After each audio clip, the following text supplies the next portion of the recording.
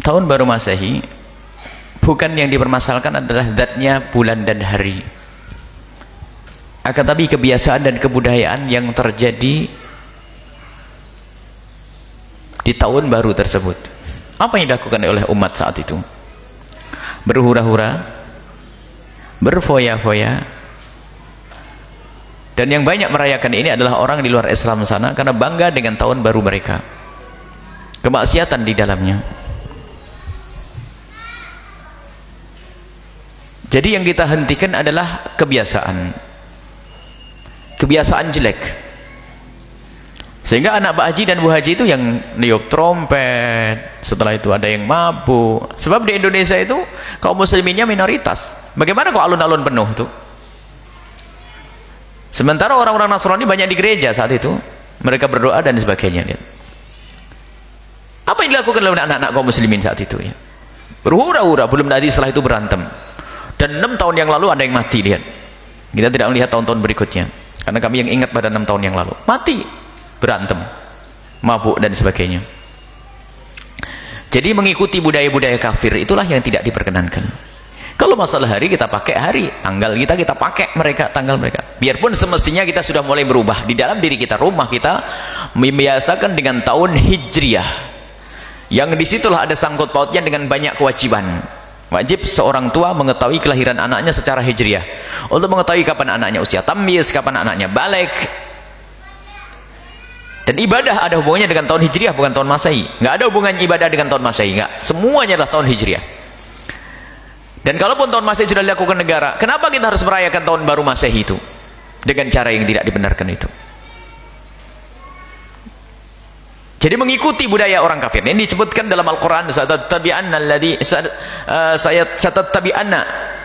satattabi'unna sananal ladzina min qablikum shibran bi shibrin dhira'an bi dhira'in hatta law dakhalu fi hujri dabbin la dakhaltumuh. Disebutkan bahwasanya nanti ada kelompok dari kalian ini ada yang bakal mengikuti budayanya orang di luar Islam. Budaya, bukan urusan akidah saja. Kebiasaan shibran bi shibrin, sejengkal demi sejengkal. Sedira itu setengah depa, atau sedepa demi sedepa. Sampai kalau mereka tuh masuk ke lubang biawak ngikut, masuk ke lubang biawak. Begitulah keadaan umat Islam yang lemah pendirian, kerjanya ngikut-ikut saja. Dan memang umat Islam ini banyak yang lemah pendirian. Coba kita itu heboh dengan merayakan tahun baru Masehi. Tanyakan dengan masyarakat yang ada di Cina sana, tanyakan masyarakat yang ada di Amerika dan di Eropa, mereka juga ngerti ada tahun Hijriah. Kalau alasannya untuk bersenang-senang, mereka juga tidak pernah punya keinginan untuk merayakan tahun baru Hijriah. Yuk. Mereka juga senang berlibur ya. Berlibur senang mereka, akan tapi pun mereka tidak pernah punya kepikiran dan tidak pernah punya keinginan untuk merayakan tahun baru Hijriah. Tapi umat Islam di negeri kita ini habis mulai tahun baru Masehi, nanti tahun baru Cina, nanti tahun baru apalagi, nah habislah. Giliran tahun baru Hijriah, tidur. Muncul kemunafikan di sini. Hendaknya kita bangga dengan Islam. Itulah yang jadi masalah, jangan dianggap remeh. Yang berbangga dengan tahun baru Masehi lalu lupa dengan tahun baru Hijriah, munafik nanti. Kenapa tidak kita mengutamakan sesuatu yang sambung dengan Nabi SAW? Permasalahannya adalah tidak sesepele yang disampaikan tadi. Kalau masalah pernah dipakai, kita pakai. Kalau tidak pakai, beda hitungannya nanti. Termasuk pengajian kita keliling sementara pakai tahun baru Masehi. Kenapa? Karena kalau pakai tahun Hijriah nggak ketemu harinya nanti. Karena apa? Orang di sana masih tahun Masehi. Tapi kita harus buat perubahan pada suatu ketika nanti. Tapi yang dipermasalahkan adalah ngikuti itu cara dan gayanya orang-orang kafir itu mengadakan perayaan, niup trompet. Trompet apa itu? Ada maknanya peniupan trompet itu. Bukan sekedar ikut-ikutan. Ada makna daripada niup trompet. Belum lagi kumpul laki perempuan yang gak karu-karuan, masya Allah.